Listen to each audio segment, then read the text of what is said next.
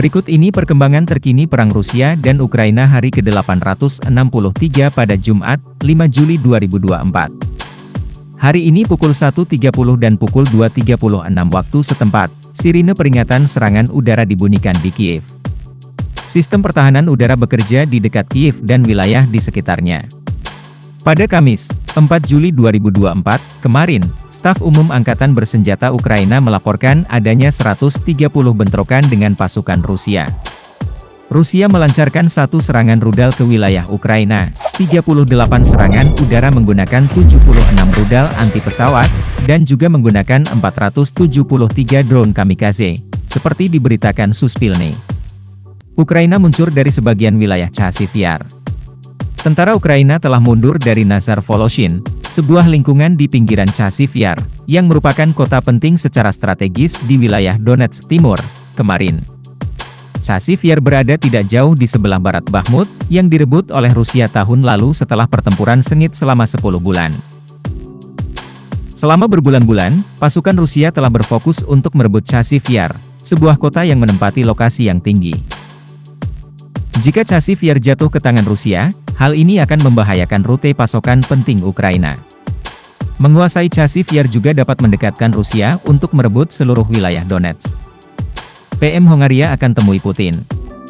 Perdana Menteri Hongaria, Viktor Orbán, akan melakukan perjalanan ke Moskow pada Jumat, 28 Juli 2024, untuk bertemu Presiden Rusia Vladimir Putin.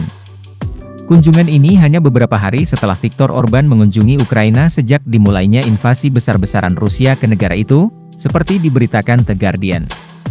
Drone Ukraina hantam pabrik mesiu Rusia. Serangan drone Ukraina menargetkan pabrik mesiu dan merusak logistik militer Rusia di Rusia Barat kemarin.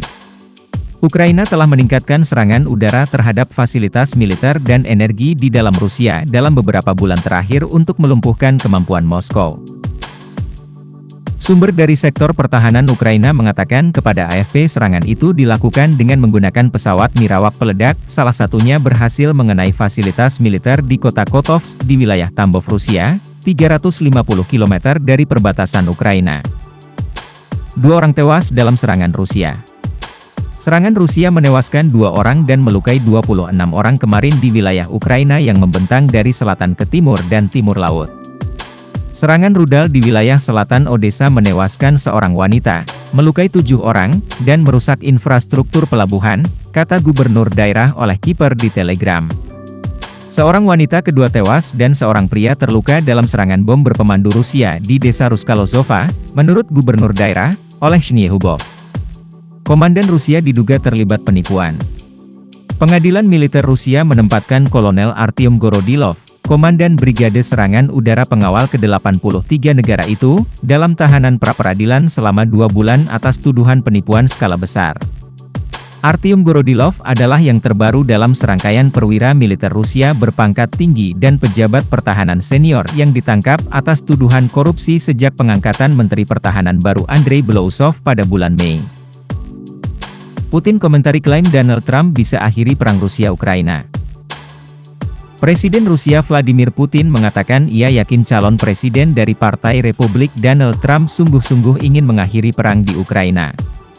Namun, ia tidak tahu bagaimana Donald Trump berencana melakukannya jika terpilih. Fakta bahwa Trump, sebagai calon presiden, menyatakan bahwa ia siap dan ingin menghentikan perang di Ukraina. Kami menanggapinya dengan sangat serius, kata Putin dalam sebuah konferensi pers di Kazakhstan, kemarin. Putin juga mengatakan preferensinya yang dinyatakan secara publik agar Joe Biden tetap menjadi presiden tetap sama. Mantan Presiden Rusia klaim 190.000 orang akan gabung militer. Mantan Presiden Dmitry Medvedev mengklaim sekitar 190.000 orang telah menandatangani kontrak untuk bergabung dengan militer Rusia pada tahun 2024. Dmitry Medvedev, yang merupakan wakil ketua Dewan Keamanan Rusia, mengatakan tingkat perekrutan rata-rata saat ini adalah sekitar 1.000 orang per hari, seperti diberitakan TASS.